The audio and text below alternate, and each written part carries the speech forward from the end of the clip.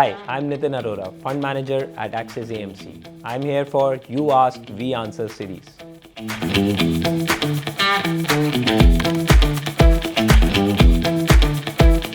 Well, the manufacturing sector is the most important for driving economic growth and development.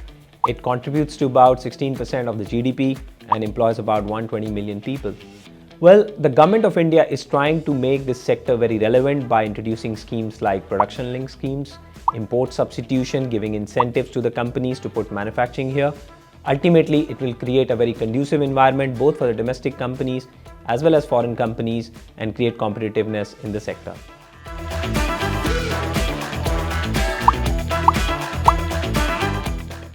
Mutual fund investments are subject to market risks. Read all scheme-related documents carefully.